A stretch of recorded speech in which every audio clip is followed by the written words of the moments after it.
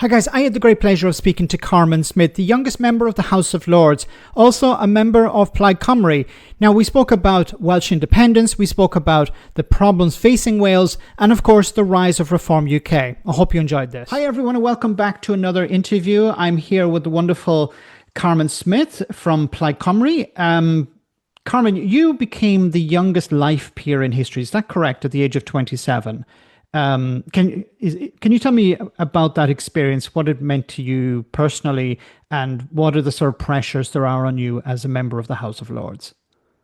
Yeah, so I was appointed as a member of the House of Lords just 18 months ago, at the age of 27, and I am the youngest life peer ever in the House of Lords. So it was quite, I suppose, a surprising appointment from, I suppose, the point of view of who is currently in the second chamber, as the Lords is, well, the average age is 71, and it is, yeah, So you felt a and little bit out of place, I imagine. yeah. So, and I'm a 29 now, yeah, 29-year-old young woman, Welsh nationalist. So a slightly different type of appointment from that point of view, I guess. And yeah, no, going in, it was quite daunting because, I mean, I think if anyone goes into a new workplace, it's quite scary, but especially if there are less people that you can possibly maybe automatically connect with.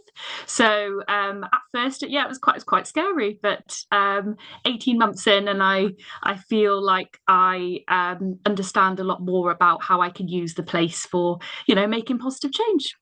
And can you tell us a bit about some of the initiatives or some of the impacts you've had in that short time?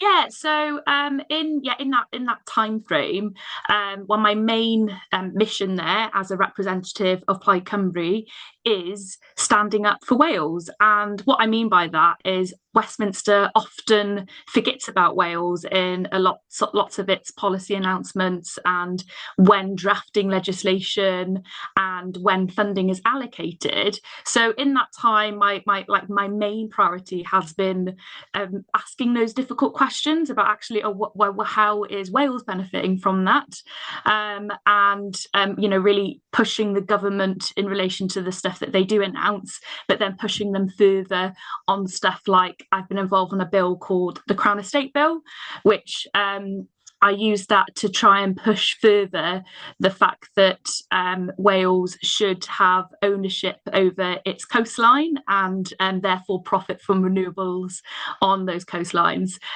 So 18 months has been, it feels like it's been a short time, but also a long time. And I've got a lot more energy to keep standing up for Wales now. And what is the general view in Plaid Cymru towards the House of Lords? I know in the past it has maybe your appointment was a bit controversial, or some have said that it was controversial. How would you react to that? So from Plaid Cymru doesn't believe that we should have an elected chamber, and I 100% believe that, and that was actually one of the reasons why I put my name forward to be considered by party members, is because I don't believe we should have an unelected chamber, but it does exist, and it is a place which does make decisions in relation to laws that affect the people of Wales. So I still think it's very important that we have voices around that table, even though we disagree with the system that it is. But at the moment, that is where those decisions are made.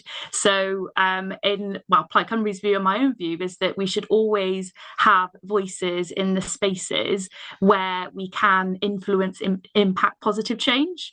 But of course, having that staunch view in terms of being opposed to an unelected chamber, I've been quite vocal about that on a number of occasions in the House of Lords chamber itself. So I've spoken against the idea of jobs, well, having a job for life, being born into a title, and those that actually are born into titles, they can only go to the eldest son as well. So how embedded that sexism is in terms of those types of appointments as well. So I've been very clear that I don't agree with the system, but you've got to sometimes be in the system to change the system, because that is where the system gets changed. It's not from the outside, it's from the inside, and that's what I'm trying to do. And I think we're probably on the same wavelength when it comes to Plaid's position on the European Union. It makes more sense to be inside, reforming it from within, than being on the outside, complaining on the outside about it. I just want to go back to some of the issues that face Wales. That you mentioned at the beginning, how Westminster doesn't really consider or doesn't think about Wales that much. Can you tell me about some of the other issues that are affecting Wales at the moment that is overlooked by Westminster? Yeah, so I think first of all, the main issue is in relation to funding, and how the devolved governments receive funding is through a formula called the Barnett formula, and that formula isn't even though it's written down, and that is how money should apply to the different nations, it's not always applied correctly to Wales when it comes to infrastructure funding. So I'll give an example. There is an infrastructure project which a lot of people might be familiar with, called HS2, which makes it a lot quicker to get to London from parts of Northern England, for example. Well, that project, from a Treasury point of view, has been designated as an England and Wales project. And because of that, Scotland automatically receives consequential funding for their infrastructure projects, and the same for Northern Ireland, but Wales doesn't. So there's massive injustices like that from a funding point of view, which has dire consequences for the budget in Wales. So that's that area. And another area which I'm particularly interested in, and it comes back to funding again, is in relation to coal tips. So there's over 3,000 coal tips in Wales, and they are a reminder of Wales's industrial past, and from the time of an extractive economy where there was a lot of profit there, but it wasn't being reinvested back into communities. Like, you can go to South Wales valleys now and you can see that there hasn't been investment in those communities. But why that matters today is because there's over 3,000 of those coal tips still in existence that have just been left there. So they're man-made mountains to a certain sense, and about 10% of them are actually high-risk categories as well, so pose a danger to people's lives. Like for example, arsenic and stuff like that, which is sorry, would it be like, for example, arsenic, which is generally found in coal, I believe? This is a risk to public health. Yeah, so there is also like the minerals and stuff that are that could go into like our rivers and stuff, and that has actually proven to damage people from a public health point of view. But also because they're like man-made mountains, and they're just like the waste materials created into a mountain, there is a risk of them collapsing onto houses, basically. And it has happened before. There was a disaster called the Aberfan disaster where many children died. But with increasing climate change, these are like a heightened risk. And at the moment, it's up to the Welsh government to pay for that. And so basically, it's asking for those communities to pay for the safety from those coal tips, rather than actually where the profit came from, which was Westminster. So there's those types of things that I think a lot of people outside Wales, when they hear about coal tips, are quite surprised that that's still an issue. But it's an issue because it's not being dealt with, and I'm fearful that the only time it will be dealt with is once a life is lost, and another disaster happens. So those are the two areas that have been keeping me very, very busy, and I'm very concerned about from a Westminster Wales point of view. You have worked in the renewable energy sector, or you've worked with the renewable energy sector in the past. So, where do you see Wales participating in that? Like, what are the sort of benefits to Wales when it comes to renewable energy? You talk Yes. about moving away from coal and the industries of the past.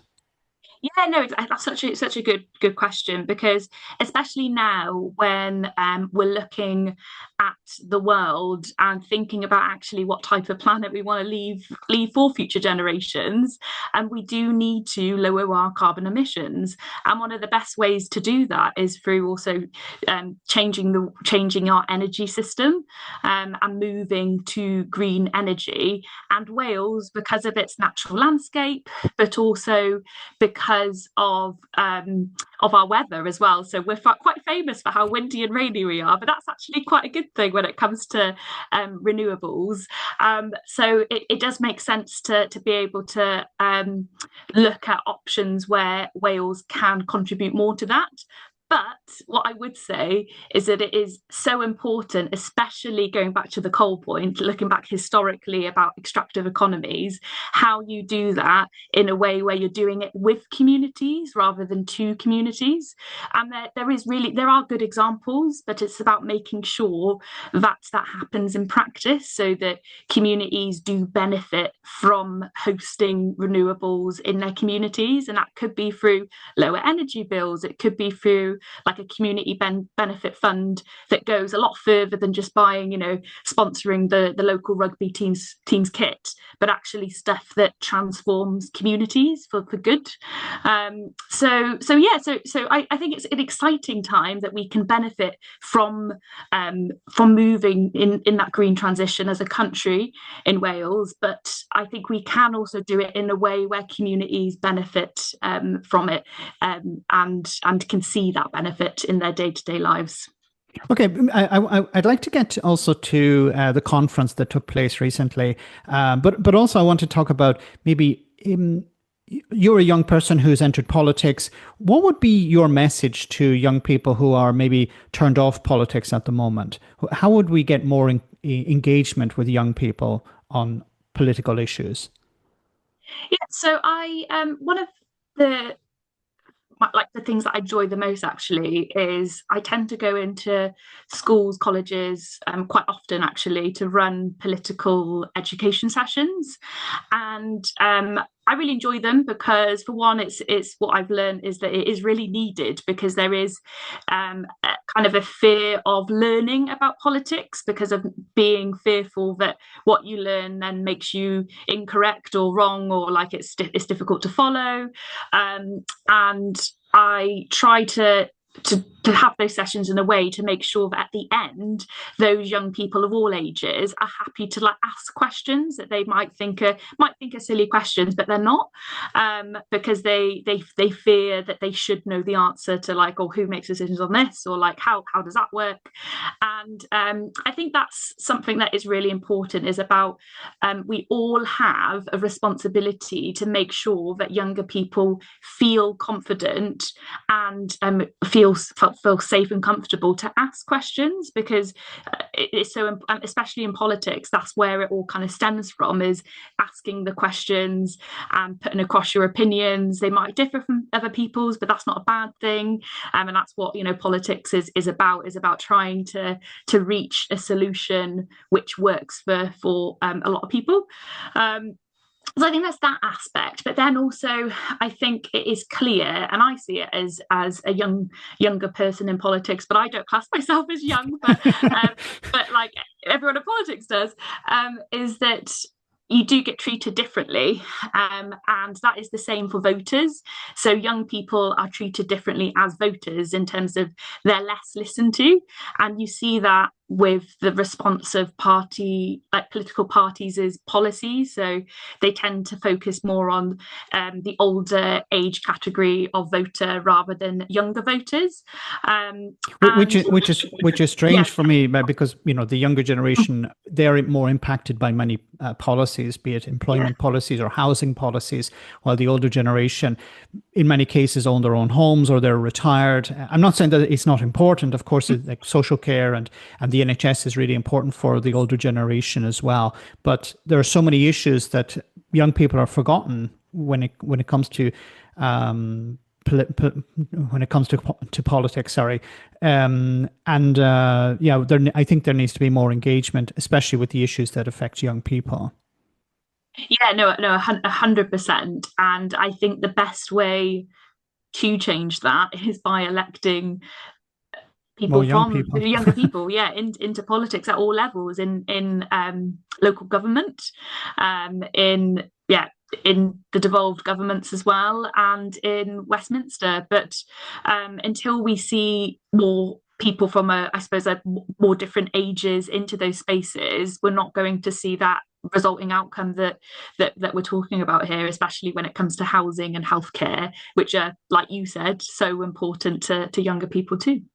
Can you tell us about the conference, or what is the main message we should take away from what Plaid want to achieve this year and between now and the next Parliament, the next general election? What is the driving message from Plaid at the moment? So just come back from our annual conference in Swansea, and the key message really is in the lead up to our Senedd elections, so our Welsh Parliament elections just next May.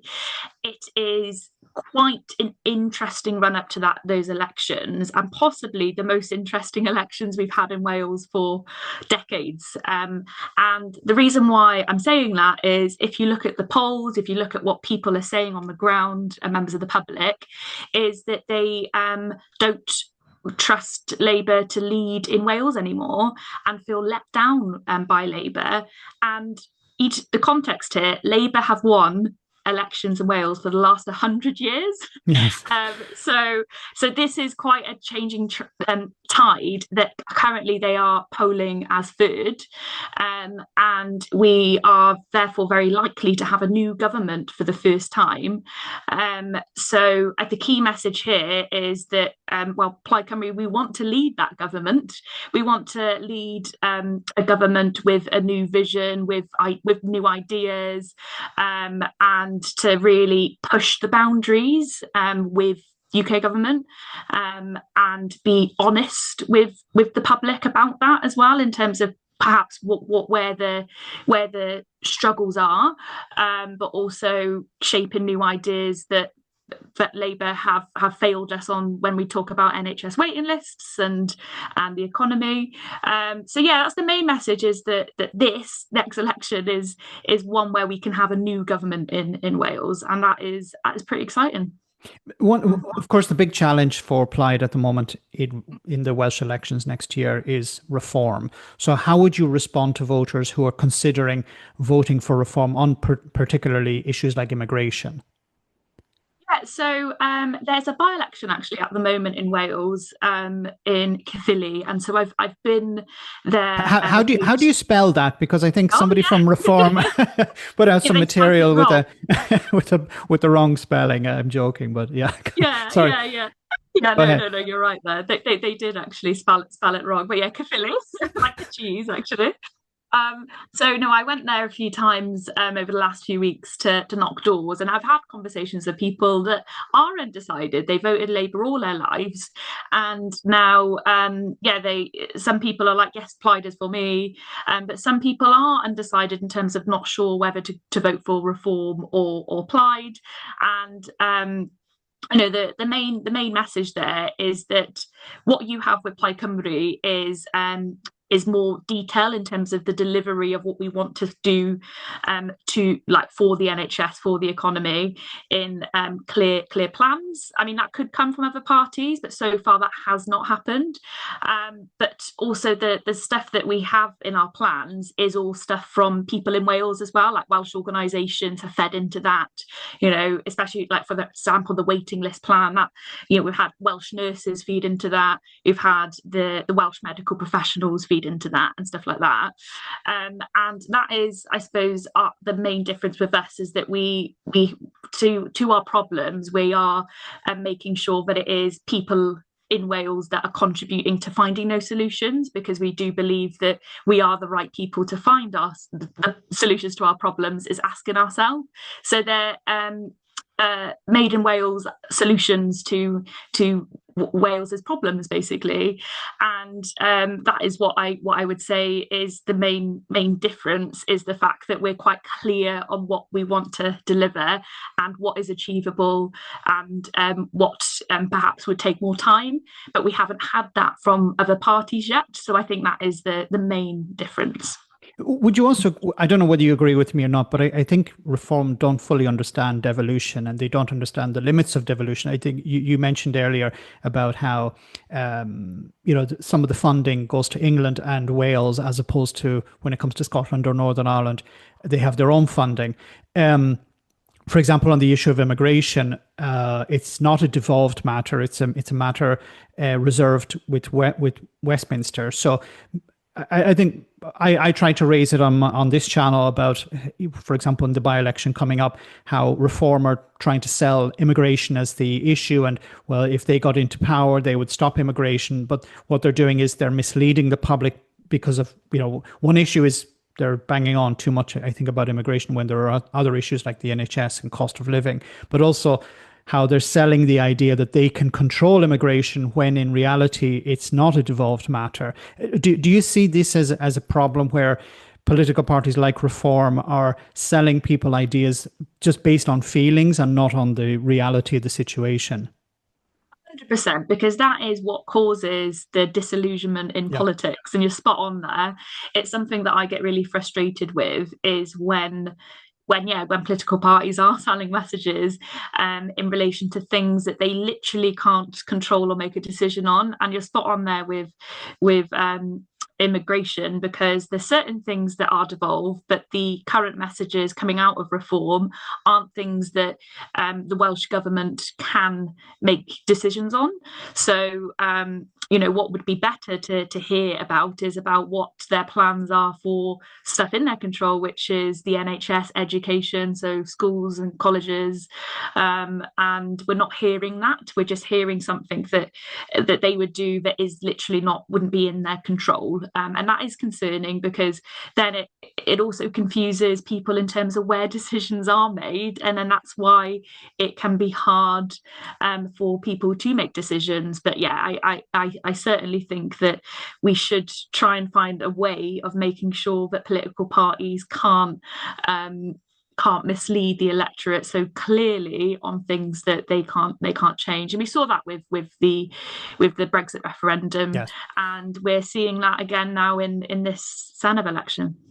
Wonderful. So thanks so much for speaking with me today, Carmen. It was wonderful. And where can we find out more information about the party and about yourself on social media? So we have accounts on all of the usual platforms. I tend to personally use more Instagram and TikTok. So it's Carmen Plaid is my account. And yeah, it'd be good to continue the debate and discussion.